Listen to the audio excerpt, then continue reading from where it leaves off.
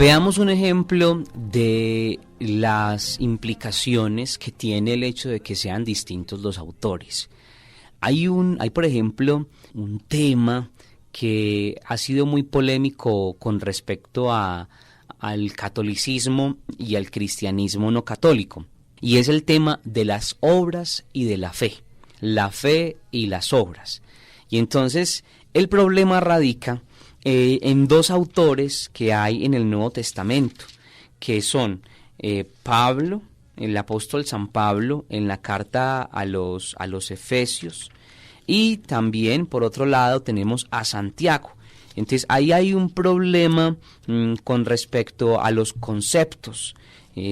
Pablo, por ejemplo, enseña en la carta a los Efesios que no es por las obras, sino por la fe que hemos sido salvados por Cristo. Les voy a leer, por ejemplo, el capítulo 2 de la carta a los Efesios, Efesios 2, leamos desde el versículo 8, dice: pues han sido salvados por la gracia mediante la fe, y esto no viene de ustedes, sino que es un don de Dios. Tampoco viene de las obras para que nadie se gloríe. En efecto, hechura suya somos, creados en Cristo Jesús, en orden a las buenas obras que de antemano Dios dispuso que practicáramos. Esa es una de los lugares, de las citas, donde Pablo habla de que no es por las obras, sino por la fe que nosotros hemos sido salvados. Y entonces, en primera instancia, habría que aclarar qué es lo que entiende San Pablo por obras. ¿A qué está haciendo referencia San Pablo con la palabra las obras? Yo les he contado en algunos otros espacios que el apóstol San Pablo hacía parte de uno de los movimientos quizá más fuertes en la época de Pablo y en la época de Jesús. Era el movimiento de los fariseos. Y para los fariseos la ley de Dios era la cosa más importante y como la piedra de toque de todo ser humano. Entonces usted es un ser humano digno de Dios en la medida en que usted cumpla las promesas, la ley de Dios. Y ellos habían sistematizado ese decálogo de Moisés en 613 mitvot o mandamientos. 613 mitvot o mandamientos. Y habían hecho de la ley lo más importante. Entonces el pensamiento de un fariseo era este: en la medida en que yo obre, en la medida en que yo haga, entonces yo me voy a salvar. Dios tendría en ese caso que contestarme o que pagarme por mis buenas obras. Por eso cuando va al fariseo y ora en el templo, él dice: yo te agradezco porque no soy como esos que están atrás, tan mentirosos, tan ladrones, tan mujeriegos. Yo soy santo, yo cumplo la ley. Entonces lo que está haciendo en definitiva el fariseo en la oración es diciéndole: a ver, Señor, yo estoy portándome bien, usted bendígame. O sea, yo hago mi parte y usted haga la suya. Era como una especie de contrato en el que yo hago mi parte y usted hace la suya. Entonces, si yo me comporto bien, si yo obro bien, usted tendría entonces que recompensarme. Usted tendría que recompensarme con bendiciones. Y entonces ahí están las obras de la ley, los comportamientos que implica la ley. Pues Pablo dice: no son esas obras las que nos salvan. No son los buenos actos, no son los actos de piedad, no, nada de lo que podamos hacer nos puede salvar, es lo que dice Pablo, porque la salvación nos ha sido dado gratis en Jesucristo. Jesucristo nos ha salvado gratis, no por nuestro mérito, no por nuestras buenas obras, no porque lo merezcamos, sino porque Dios ha derramado su misericordia sobre nosotros a través de Jesucristo y nos ha redimido. ¿Cuánto nos valió? Absolutamente nada. ¿Cuánto nos vale? Nada. En ese sentido, nada de lo que nosotros podamos hacer, hermanos, nos va a dar la salvación, porque ya Jesucristo nos ha salvado. Nada de lo que podamos hacer nos va a salvar, porque ya Jesucristo nos ha regalado la salvación. Y entonces esto es una cosa muy delicada, y póngale pues cuidado para que no se vaya a confundir y me va a entender mal. Miren, nada de lo que hagamos nos va a dar la salvación. porque la salvación ha sido gratuita.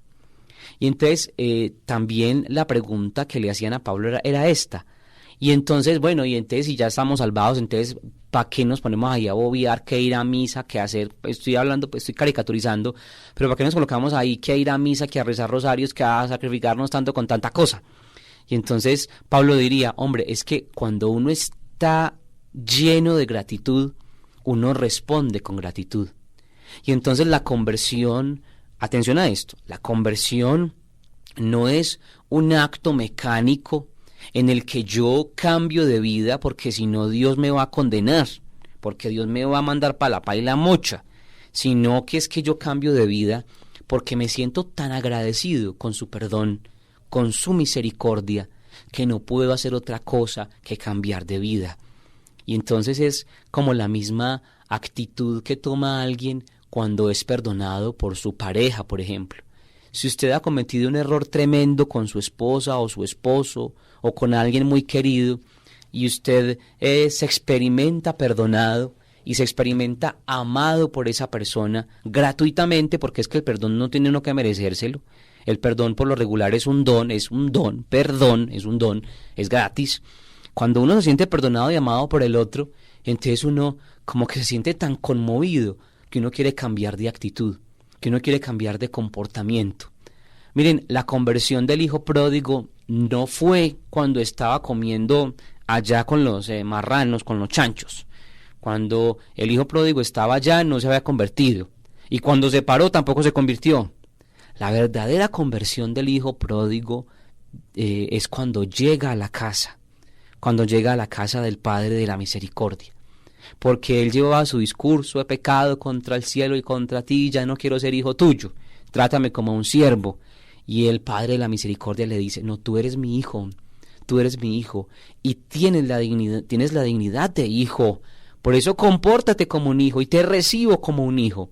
Cuando el Padre hace eso, ahí, solamente ahí comienza la verdadera conversión de ese tipo. Antes, simplemente el hijo pródigo estaba buscando su seguridad económica. Antes, uno solamente se la pasa buscando en Dios un refugio a sus problemas y a sus preocupaciones. Pero solo cuando usted y yo nos sentimos perdonados y amados por Dios gratuitamente, es cuando cambiamos nuestra vida. Entonces, fíjense que esa salvación es una cosa gratis. El hijo pródigo, usted dirá, tan querido como se para de allá de donde los puercos y sale con el papá, pensando en el papá. Usted sabe que no. Cuando él se para de los puercos, él dice, y yo aquí comiendo, y allá en la casa comiendo tan rico, y allá en la casa los obreros de mi papá comen mejor. Es decir, lo que lo mueve es la necesidad. Y eso habla mucho de nosotros, porque es que lo que nosotros nos mueve es la necesidad también. Cuando usted y yo buscamos a Dios, casi siempre lo buscamos por necesidad. Y entonces, por ejemplo, cuando hablamos de un retiro de sanación, ahí estamos buscando nosotros. ¿Por qué? Porque estamos necesitados, es que nos mueve la necesidad. Y está bien, y es una manera como Dios también nos llama, a través de nuestras propias necesidades, cuando tomamos conciencia de esa necesidad. Entonces el hijo pródigo ahí apenas está reconociendo su necesidad. Pero cuando llega a la casa del Padre, es cuando el hombre puede cambiar de vida. Porque cuando usted y yo somos perdonados, nos encontramos ante la misericordia de Dios, que es gratis, ante la salvación de Dios, que es gratis. Usted no tiene que hacer nada para ser salvado porque Él nos ama y el amor de Él es gratuito. No hemos hecho nada y no podemos hacer nada para que nos ame más o para que nos ame menos. Él nos ama y punto. Entonces, ahí uno se encuentra con esa gratuidad del Señor y uno se conmueve. Y esa conmoción debería hacernos cambiar de vida. Es lo que explicaría Pablo. Pablo diría, hombre, es que cuando uno se encuentra con el amor de Dios, que es gratis, que es absoluto, que es más grande que nuestros pecados, que es infinitamente bueno con nosotros, tendría uno que conmoverse y cambiar de vida. Justamente el proyecto de Dios, el plan de Dios, tiene que ver con esa realidad de que lo que Dios quiere hacer con el hombre es conmover su corazón. Por eso en la Navidad nos recuerda que nos mandó un bebé y que la salvación nos viene en un bebé. Y qué más hermoso que un bebé, qué más tierno que un bebé, qué más vulnerable que un bebé. En este momento yo estoy en mi casa con un bebé que llora mucho, pero es muy hermoso, es recién nacidito. Mi hijo Matías, que acaba de nacer, es un bebecito precioso. pero es tierno, o sea, es débil. Ahí Dios, a través de ese bebé, a través de ese niño, nos está diciendo: yo quisiera conmover tu corazón, para que entiendas que es que mi gracia es gratis, que mi perdón es gratis, que nadie hace nada, que nadie puede hacer nada para comprar lo que es gratis de Dios.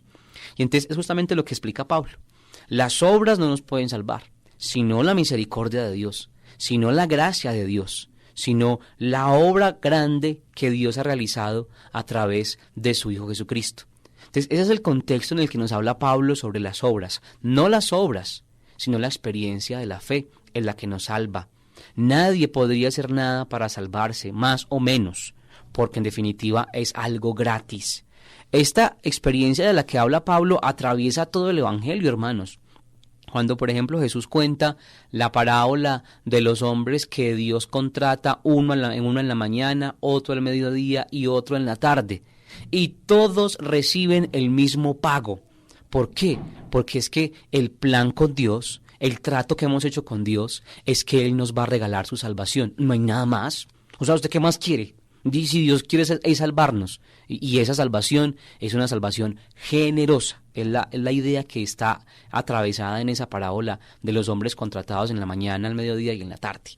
Es la misma expresión, la misma experiencia de la que nos habla entonces el apóstol Pablo en la carta a los Romanos, y en la carta a los Gálatas también hace referencia de lo mismo, y también en la carta a los Efesios. Ahora veamos cuál es el problema. Porque es que Pablo dice no las obras sino la fe, y en cambio Santiago nos va a decir lo contrario, que no la fe sino las obras. Veamos entonces qué es lo que dice Santiago. Grande es tu amor por mí, me alienta y me impulsa a seguir. Qué bello eres, Señor. ¿De qué sirve, hermanos míos, que diga alguien tengo fe si no tiene obras? ¿Acaso podrá salvarle la fe? Si un hermano o una hermana están desnudos y carecen del sustento diario, y alguno de ustedes les dice vayan en paz, caliéntense y hártense, pero no les dan lo necesario para el cuerpo, ¿de dónde sirve? ¿De qué sirve?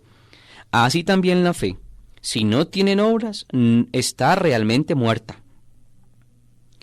Esa es la palabra de Santiago. El apóstol Pablo nos había dicho no por las obras, sino por la fe. No por las obras, sino por la fe. Y ahora Santiago nos dice que muéstrame su fe sin obras, y yo por mis obras te muestro mi fe. Cuando hablamos de Pablo, yo les contaba que Pablo hacía referencia a esas obras de la ley.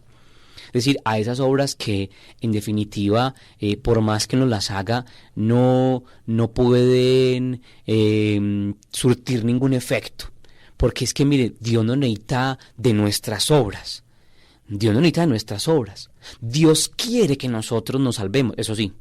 Dios quiere que nosotros vivamos reconciliados, vivamos en paz, seamos felices, eso sí. Pero las obras no pueden hacer nada. Ahora, ¿qué pasa con lo que dice Santiago? Santiago está haciendo referencia a otro tipo de obras.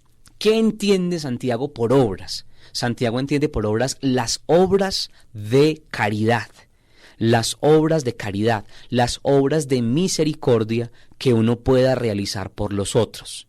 Entonces no se trata de esas obras de la ley fría que le exigen a uno, que mejor dicho, si usted se sale de este marco ya está condenado, que si usted deja de hacer esto, si usted deja de comer esto, si usted deja de visitar esto, si usted deja de pensar esto, usted ya, mejor dicho, ya no tiene salvación. No son ese tipo de obras, sino las obras de caridad. Y fíjense que son dos conceptos muy parecidos, y son los mismos conceptos aparentemente: obras, fe y obras. Pero tienen un distinto manejo, un distinto contexto. Para Pablo son las obras de la ley, que en definitiva no nos pueden salvar, porque no nos salvamos por nuestro propio mérito, sino por la gracia de Dios. En cambio, Santiago está hablando de las obras de caridad, y hay que hacerlas, y tiene razón Santiago, los dos tienen razón. ¿Y qué son las obras de caridad? Uno podría decir que incluso están